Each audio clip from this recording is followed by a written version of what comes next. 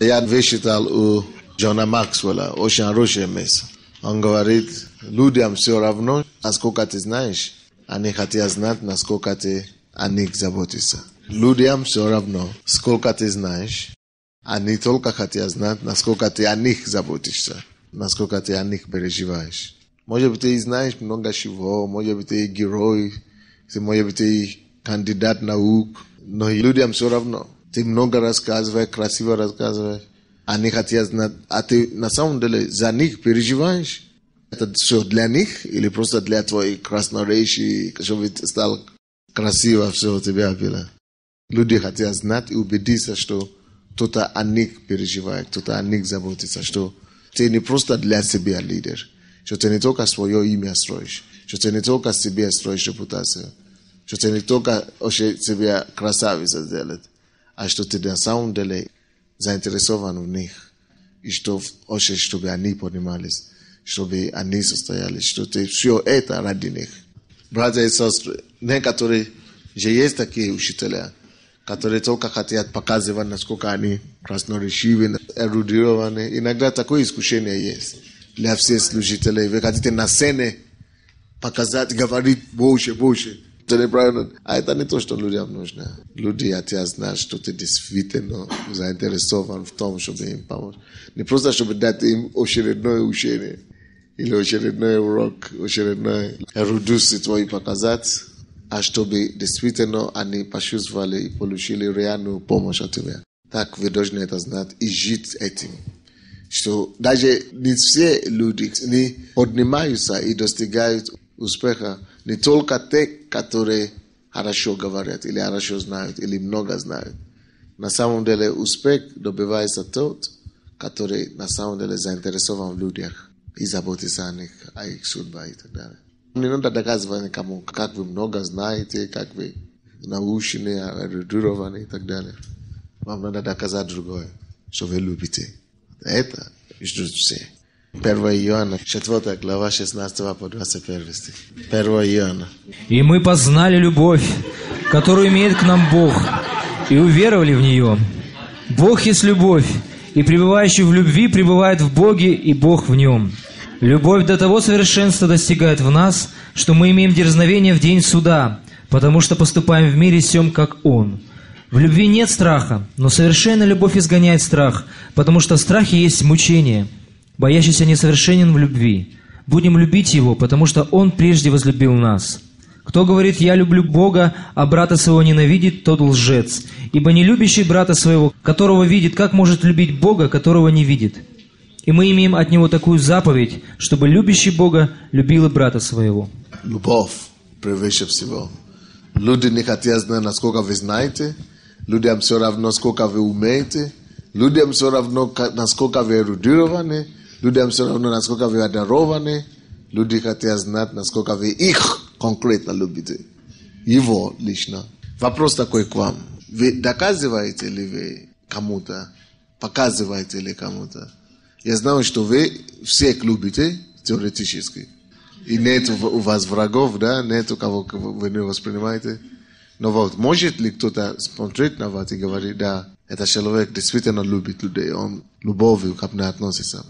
И о себе вы можете это сказать, что я люблю людей, я действительно здесь. Все могут обо мне так говорить. Тяжело. Надо расти. Некоторые люди могут любить, но они не могут быть лидером, не могут вести. Пускай Бог даст нам еще больше таких любящих сердец, чтобы Бог нас всех сделал такие. Это заповедь не только к некоторым избранным, заповедь ко всем, чтобы мы все ходили в любви. Вот так. Следующее, если вы хотите действительно, чтобы через вас люди состоялись и поднимать людей, к вам будут тянуться, если вы любите людей. Но кроме того, вы должны ставить ваши приоритеты правильно.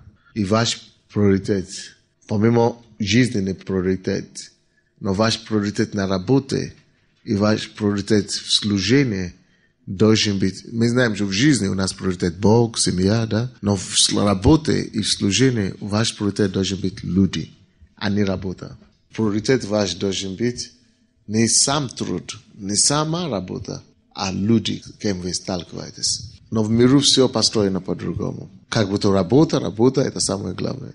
Но это не так. кому служишь. Вот и самое главное. Допустим, то же самое в церкви. Некоторые думают, что самое главное – сама система. Лишь бы набирать. Или служить.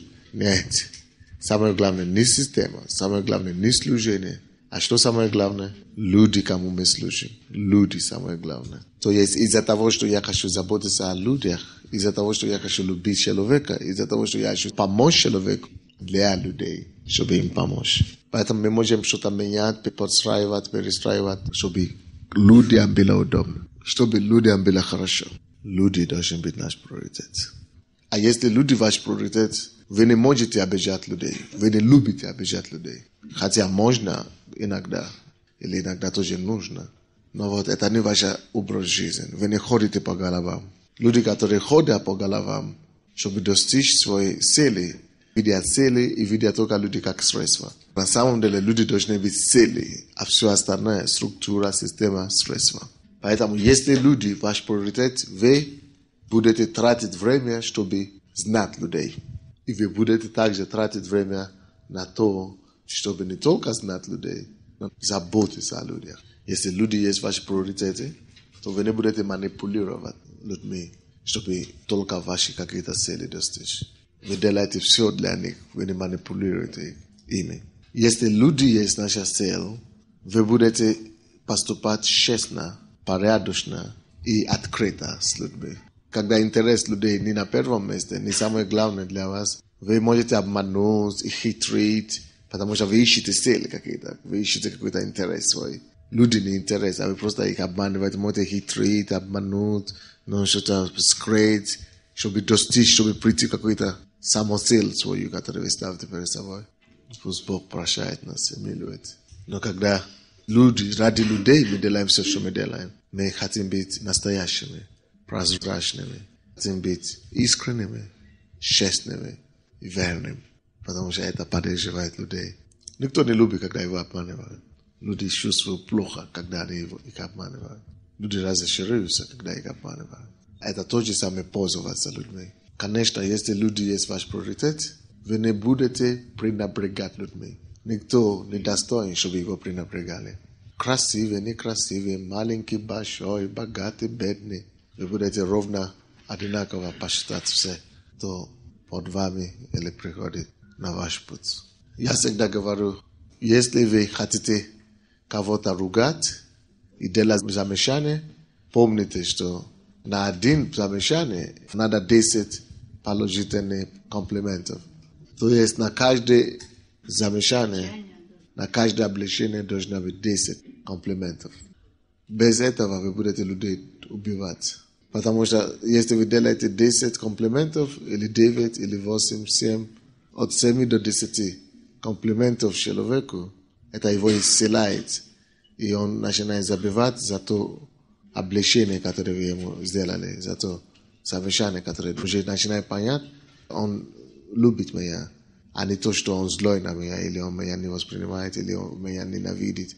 Нет, он нормальный ко мне. То есть просто ему надо было это делать. А некоторые лидеры только на это специализируются, чтобы облегчать, ругать, быть другими. Сначала вы же не начинаете отношения с тем, что сразу ругать кого-то. Всякое отношение начинается как нормальное отношение. Если вы дружески общаетесь с людьми, в это время хорошо вы говорите людям, вы хорошо относитесь к людям. Поэтому это уже как бы не обязательно комплименты такие. Имеется в виду хорошие отношения. Когда вы хорошо относились к людям, один раз, второй, третий, четвертый и дальше. Если надо уже делать комплименты, вы делаете комплименты. Не надо подготовить, это искусственно. Надо просто знать, что тот человек, кому вы хорошо относитесь, легче ему принять ваше облегчение, чем то, кого вы не знаете, вообще сразу вы на него наезжаете. Он вообще вас, наверное, никогда не простит. А с другой стороны, есть тоже ситуация, когда после облегчения надо тоже конкретно показывать целенаправленную любовь, чтобы он понял, что тебе это я хорошо отношусь, только я не принимаю то, что ты делаешь, что я тебя люблю, а только грех ненавижу или что-то такое. Точно как мы наказываем ребенка, и потом обнимаем их и поощряем их. Точно так же здесь может быть. И до, и после. Если ты сделаешь комплимент только одновременно, тогда это один комплимент. только. Конечно, надо время, чтобы все это доказать. Если вы действительно ставите людей как ваш приоритет, то вы не будете...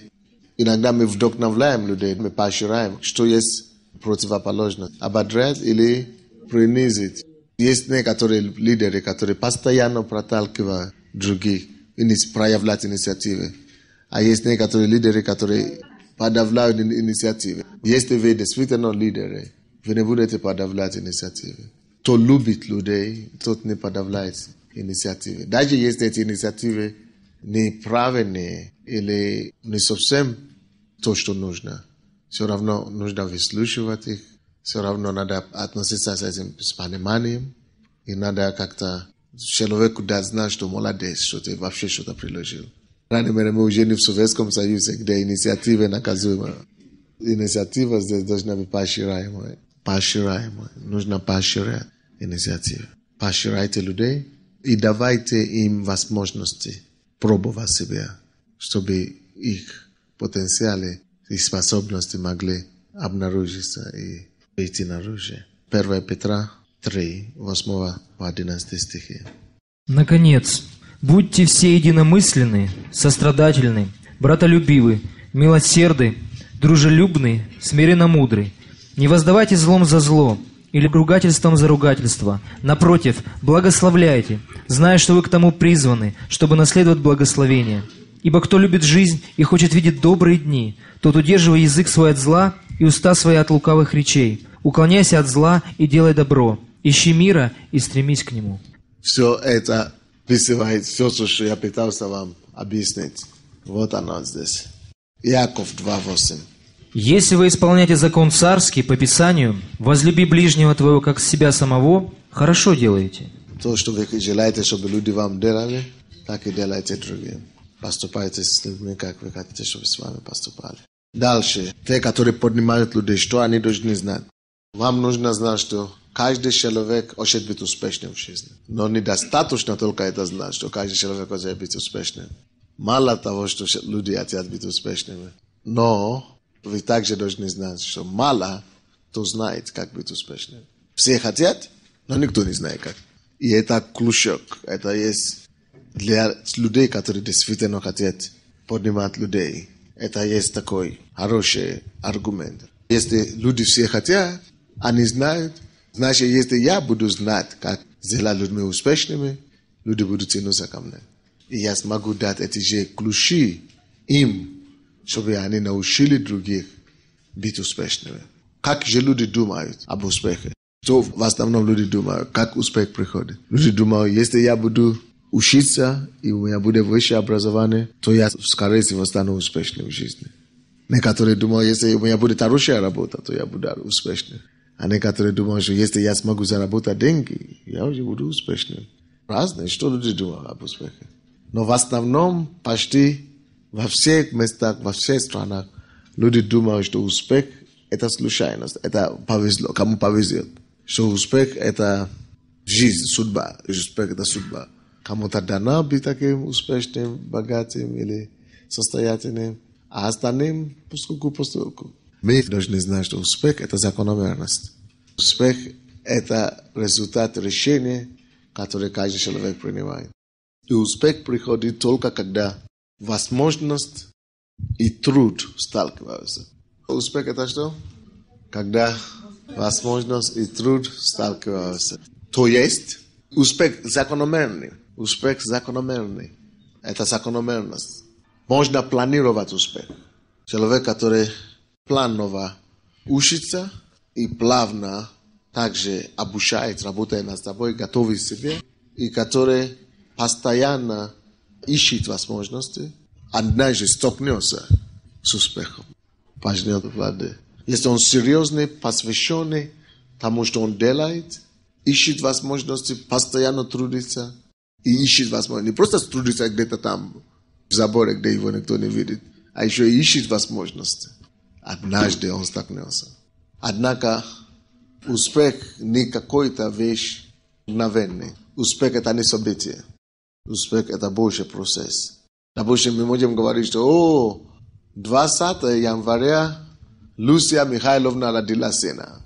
Это событие. Однажды родился и все. Но успех так не рождается в один день. Это процесс формирования. Но мы не можем сказать, стал мужчиной, состоялся, родился в 99 год, а в 2000 году стал человеком. Это процесс, так и успех. Успех – это постоянный рост и постоянное развитие. Как успех происходит? Вы трудитесь постоянно в каком-то деле, ищете возможности и случаи, и какая-то возможность приходит, которая дает вам что-то сеять, за что-то зацепиться. И одна возможность и одно случай рождает другой случай. И когда вы еще строите на этом случае, вы цепляете за это, еще что-то делаете, следующий шаг делаете, еще другой случай какой-то появляется. Делаете этот шаг, еще какой-то случай приходит. А потом вот так строится, вот так успех. Это случай, это верность, постоянство в том, что человек постоянно делает, что-то шаги вперед. Определенный успех на данный этап позволяет, становится как ступенькой к следующему этапу развития. Если вы будете так двигаться дальше, опять другой, возможно, подвернется. Опять другой. Если вы воспользуетесь это, еще другой какой-то, возможно, повернется. Если вы воспользуетесь это, постоянным надо быть. И стабильным, и постоянно работать. И постоянно искать новые возможности. Из маленьких успехов бывает большие. Из маленьких побед, большая победа. Из маленьких успехов, большой успех. Это действительно процесс. Так что успех – это целый путь, путешествие. Порой на пути к успеху лежат препятствия. И порой даже не только препятствия лежат. На пути к успеху также порой лежат поражения. Но нужно научиться эти поражения и препятствия превратить в ступеньки, через которые вы достигаете еще больше успеха. Потому что поражение, что такое поражение? Это всего лишь опыт. Поражение – это всего лишь опыт в том, как нужно делать. Всякое поражение – это откровение о том, что не так надо делать, значит по-другому. Это возможность пробовать его делать правильно. Это возможность искать другие пути решения задачи. Следующий пункт. Что должен знать человек, который будет поднимать людей? Научитесь мотивировать людей. Раскрыть человека, раскрыть его потенциал, раскрыть его возможность. Мотивировать. Мотивировать к чему, для чего, а мотивирующий научите мотивировать людей. И самый лучший способ мотивировать людей – создать для них условия. Чтобы они автоматически просто видели, что здесь могу состояться. Могу состояться. Вы начинаете обнаруживать, что оказывается могу что-то достичь. Самая лучшая мотивация для людей – это создавать им условия свободы, вдохновения, возможности, вкладывали в меня отношения, доверяли. Но проблема в том, что некоторые люди чувствуют потрясающие возможности атмосферы свободы состояться, злоупотребляют некоторые. Или привыкают к этому. И не замечают, пренебрегают. Самая лучшая мотивация для людей – это создать для них условия, отсутствие тех факторов, которые мешают им продвигаться вперед. Создавать условия, атмосферу, где они чувствуют себя на высоте, полете, где ничего не дергает их назад. Люди думают, что они должны что-то контролировать, что они должны что-то останавливать, какие-то ограничения. И думают, что в этом есть руководство. Нет. Способность доверить, дать такой свободу, чтобы и при этом ничего не разваливалось. Вот это и есть руководство. Удивительно, да? Потому что благодаря этой свободе люди смогут самовыражаться. Люди смогут действительно начинать говорить, я тоже могу что угодно делать. То есть люди думают, что слишком много свободы. Нет. Я всегда говорю, все возможно, все можно делать. Можешь делать кто как хочешь, кроме греха. Все возможно, все можно, все разрешено. Все разрешено. Свобода не может быть слишком много. Потому что там, тем больше свободы, тем больше Духа Господня. Там, где Дух Господень, значит, тем меньше свободы, тем меньше чего? Духа Господня. Атмосфера свободы, конечно, поощряет возможности людям расти и состояться. Следующее. Каждый лидер должен иметь последователей. Лидерство вообще – это влияние и искусство вести людей за собой. Потому что если никто за тобой не идет, значит, ты никакой не лидер. Успешные люди, которые еще и других поднимают, не довольствуются только тем, что у них есть последователи. Хорошо, что у тебя есть последователи, но это еще не вершина. Последователи есть, значит, он лидер. Потому что если ты не лидер, за тобой бы не ходили. Сам лидер. Но великие люди не довольствуются тем, что они только сами лидеры. Они идут дальше. Они превращают последователей в лидеры. А потом эти лидеры, этих лидеров поднимают вещи, чтобы они могли сами ставить задачи, организовать процесс. Из лидеров они воспитывают менеджеров. А потом с этих лидеров и менеджеров они созидают и поднимают людей, которые сами становятся великими лидерами, которые сами уже воспитывают других лидеров, которые способны других поднять. Как это все сложно, да? Но просто на самом деле. Это все просто на самом деле. Итак, чтобы вы не просто имели последователей, но чтобы ваши последователи состоялись и хорошо состоялись, для этого надо, во-первых, ценить людей. Как будто эта списка не заканчивается. Да? Ценить людей. Что такое ценить? Когда вы цените людей, это значит, дорожите людей, это значит, что у вас отношения с людьми налажено. Ценить людей, это зависит от вашего отношения к ним. Они могут почувствовать, что они ценимы, дорогие и так далее. То есть вы должны смотреть за своими отношениями с людьми, своими поступками, как вы относитесь к людям. Чтобы человек мог почувствовать, что он ценим, будет все зависеть от отношения лидера к нему. Не ждите, чтобы ваши последователи сами вас только строили глазки и приветствовали. Сами начнете это делать. Сами начнете воодушевлять, приветствовать. Вы приходите в школу или на группу, вы старшие, да, вроде бы вас должны приветствовать сначала, а вы должны их приветствовать. Давайте, не ждите, пока младшие вас почтут. Вы начнете их почитать. Вас должны исходить. Во-вторых, надо, чтобы вы были посвящены людям. А для этого уже не только отношения нужно. Для того, чтобы посвятить себя людям, надо время найти. Это дело времени. Потому что, чтобы посвятить человеку одному, второму, третьему, четвертому время, посвятить себя, во-первых, надо найти время для этого всего. Что это будет вам стоить. Надо это время найти. Чтобы люди почувствовали, что да, внимание этого человека есть ко мне. Следующее. Надо научиться стандарты высокие ставить людям. Высокие на новый уровень поднимать людей. А для того, чтобы поднимать другого человека на новый уровень, то вам надо самим иметь видение. Человек, который будет поднимать других на новый уровень, сам должен иметь видение, то есть способность видеть далеко. Когда вы видите больше, чем соседа, больше, чем последователя, вы можете сказать ему, что вы видите для него впереди. И этим самым поставить ему планку, тянуть его на выше уровень. Следующее. Чтобы поднимать людей, вам надо показать им пример. Это уже вопрос характера.